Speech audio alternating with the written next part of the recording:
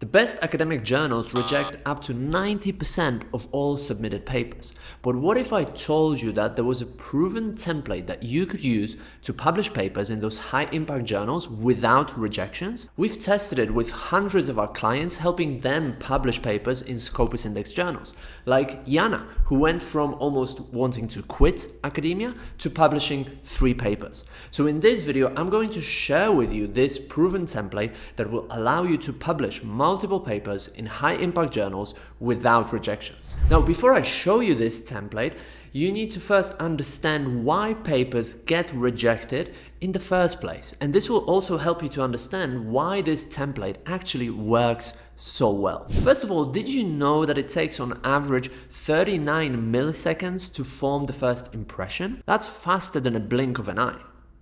And reviewers are no different here. They also judge the book or the paper here by its cover. And what they're looking for is a known pattern. You see, over many years of reviewing papers, reviewers have formed a mental image, a pattern of what a really good paper for that journal or discipline should look like. So when they judge your paper and form the first impression, they're looking for that pattern. And research clearly shows that people are much more likely to adapt new information into their existing impression if the initial impression is favorable. That means that it's very difficult to change a negative first impression. So even though the reviewer will of course read your paper in more detail, that initial negative first impression will stick with them subconsciously and negatively tint the final opinion that they will give your paper. And this is why it's so important that you make a really good first impression with your paper. And you do this by fitting into the reviewer's expectations of what a good paper should look like. Because research also shows that when expectations are not matched, then the first impression is much more likely to be negative. So the question is, how do you match those reviewers' expectations about what a good paper should look like so that you can form an amazing first impression and increase your chances of having your paper accepted? Well, you write and structure your paper in a way that the reviewer expects your paper to be written and structured for that particular discipline or journal. But how do you know what the reviewer expects? Well, me and my team have analyzed hundreds and hundreds of papers published in top Scopus Index journals.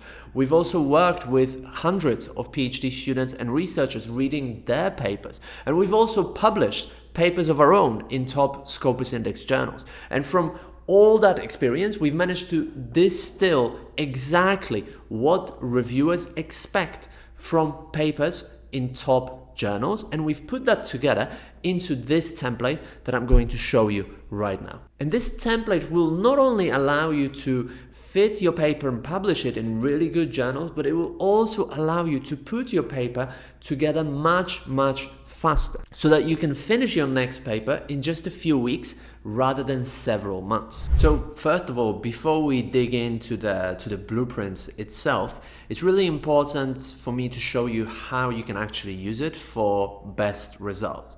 So the first thing that you've got to do is check the average length of the paper against other papers in your specific field or that specific journal, because these can differ wildly. And as I said, we've read hundreds of papers from our clients. We've written papers and published them in top journals. So what you have here, the average length of 6,000 to 10,000 words, is really what 99% of papers will fit. But you want something much more specific. So an easy way to do this is to download 5 papers from the specific journal that you're targeting or from the top journals in your field that you would like to be able to emulate, and then just get the average length of those papers, okay?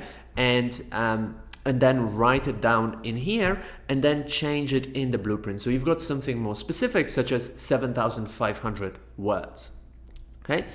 And then what you want to do is consider the length of each section of the paper. So we're going to dig into that in a second and what each section is about. But what you want to do is adjust this length. So again, this is based on reading hundreds of papers in hundreds of different disciplines, but this isn't very specific. You need to make it much more specific than just that. So again, look at those 5 papers that you've just downloaded and go section by section. And the only thing that you want to do at this stage is just to like select the whole introduction, right? Select it like this, and then Word will tell you how many words it is, right? And then that will allow you to know what's the average length, and do that for every single section of the paper and in the blueprint, and adjust this length. So maybe, you know, the introduction in your field or in that particular journal, you know that it should be 600 words on average, so that you will know, you'll have a specific number to aim for. So that's the second thing. Now, the third thing is to look at the main sections of the paper. So the sections are here in the blueprint, like introduction, literature review, theoretical framework, and so on. And what you need to do first is delete any sections from the blueprint that aren't found in your field. So again, just quickly scroll through the 5 papers that you've downloaded and take a look. Do they have a separate literature review section or not? Do they have a theoretical framework or not? If they don't, we'll just delete it from the blueprint. And then similarly, you know, with results and discussion, do they typically have it as separate 2 sections or as one section put together? Or maybe discussion and conclusion, are they one section, which is sometimes the case in fields like medicine, or are they 2 separate sections? So you want to do that so that the blueprint becomes more personalized to your field and becomes much more specific, so that the chances of getting your paper published in a really good journal skyrocket. And then what you want to do next is look at the specific elements in each of those sections and see if all of them are present in your field, and if they're present in the same order or they're present in a different order. Okay, so now I'm going to go over what should be done in each of the sections of a paper typically, and as I'm doing that, you want to probably adjust this for yourself to see what's the case in your field. Typically, 99% of papers in the introduction, they'll start with the importance of the topic. So basically explaining why your topic is important, either for the society or the world in general, maybe important for your field, or maybe it's an important problem that needs resolving. And then always there'll be a brief literature review. So like sometimes just 1 paragraph, sometimes 2 or 3 paragraphs, just setting the context and telling us what we already know about the topic. And then always there'll be 1 paragraph or a couple of sentences explaining the research gap. In other words, what we yet do not know about the topic, the limitations of previous studies, and so on. And then you will have the research aim as well. Now, there are 2 optional elements that really depend on the field, and you really want to check that against the papers that you've downloaded. The first of them is contributions of your paper. So sometimes after the aim, you can have 1 paragraph that really highlights what is the novel contribution of that paper. And then you might end the introduction with 1 paragraph that shows us what the structure of the paper is. So you want to check all of these elements, preferably right now, just pause this video and do it, and see if all of these elements are present in your discipline, and then delete the ones that aren't. Now, the next optional element is the literature review. There are many fields in which there is no separate literature review section. I found this to be, the literature reviews section to be much more common in social sciences and much less common in exact sciences. Of course, it's a broad generalization, but that's what we found after reading hundreds and hundreds of papers in different disciplines.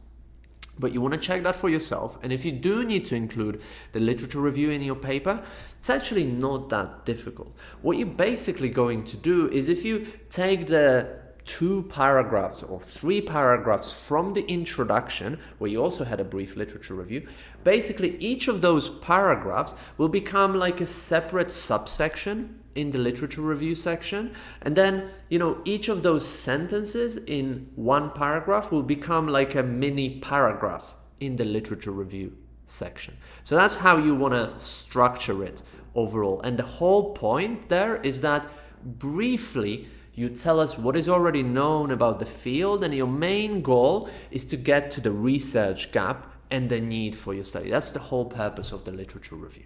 So that's the second element. Now, the third element is a theoretical framework or a conceptual framework. They're kind of very similar.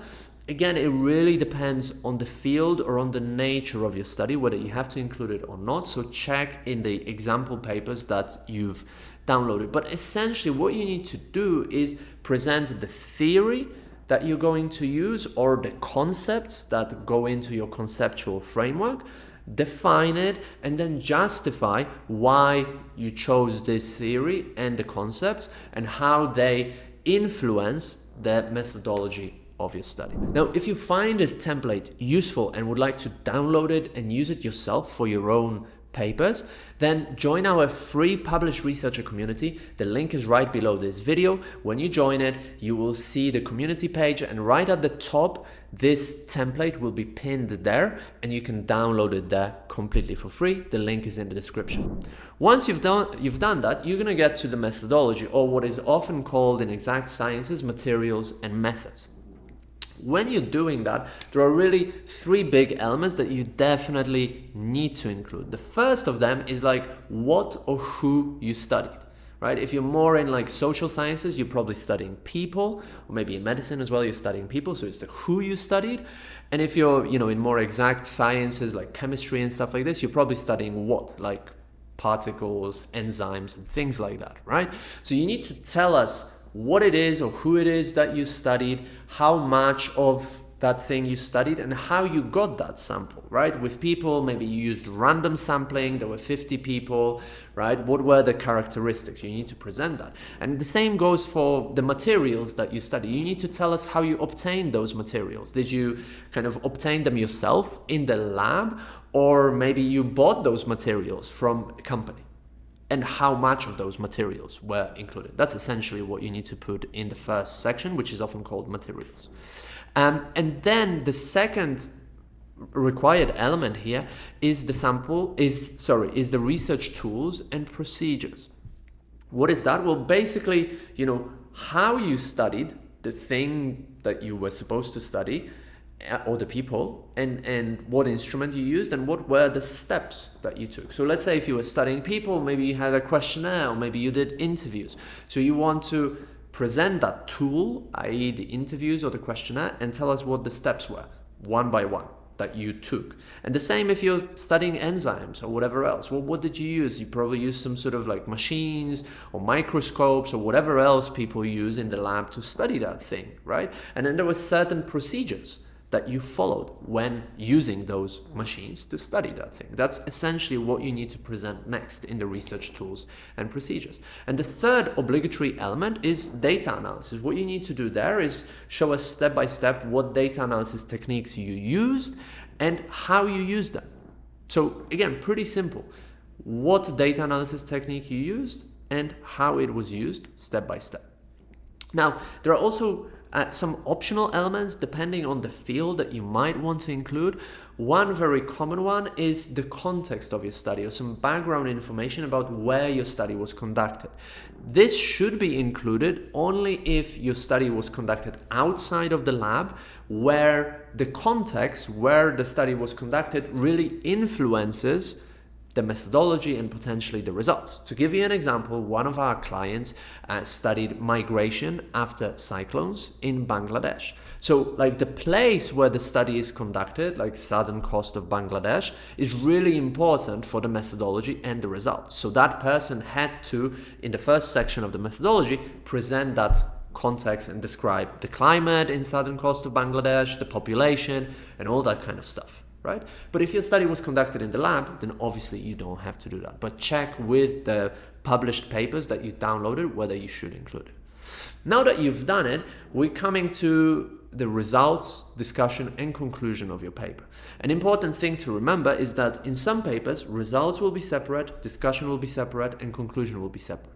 In other papers, results and discussion are one section and conclusion is separate. Yet in other disciplines, results is separate and discussion and conclusion are one section. So check that with the papers that you downloaded. But regardless of what it's structured like, the elements are still exactly the same. Okay, so I'm going to go through those elements, but you have to bear in mind how these three big sections, results, discussion, and conclusion, actually play out in your paper.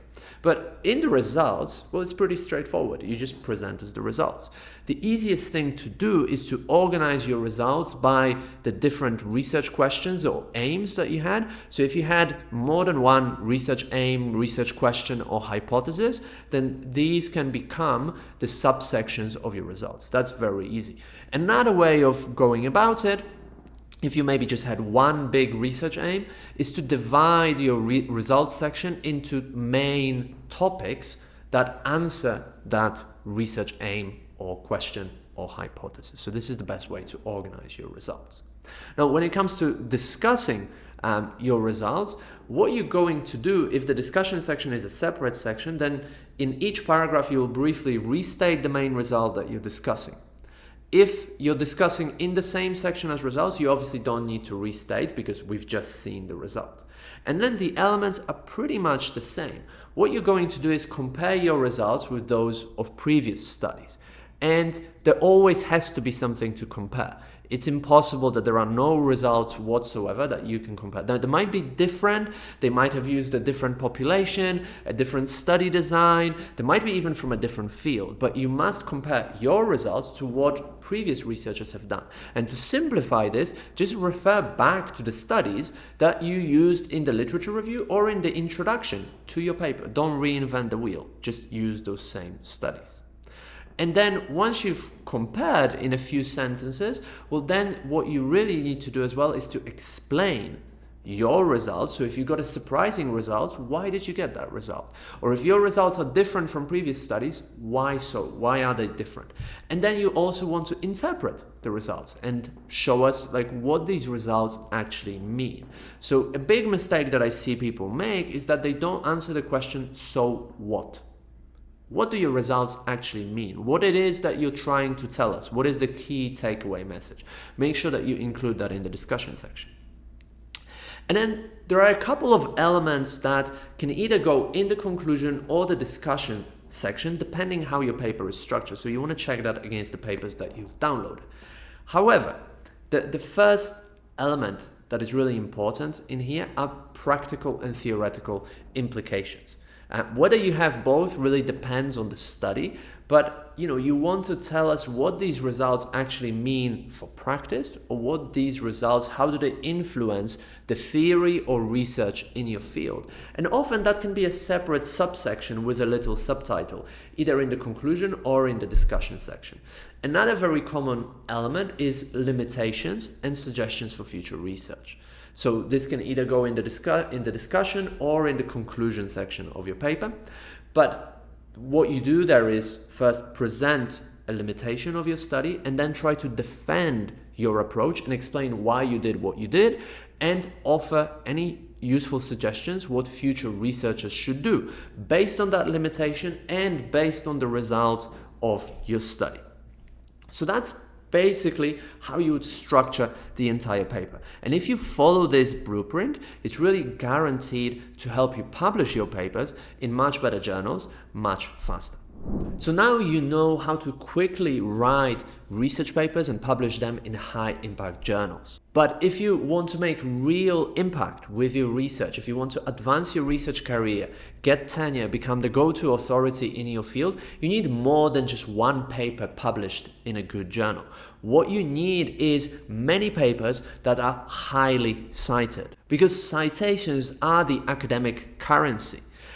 Unfortunately, studies by Nature show that 50% of all published papers are never cited at all, like never ever. So unless you want your published paper to be completely forgotten, watch the next video, because in that video I'm going to share with you 5 simple steps that you can use to blow up the citations on your paper that allowed me to get 91 citations every single year for the last 4 years, so that you can become an authority in your field, get tenure, and make a real impact with your research. Watch that video next if you want more citations on your papers.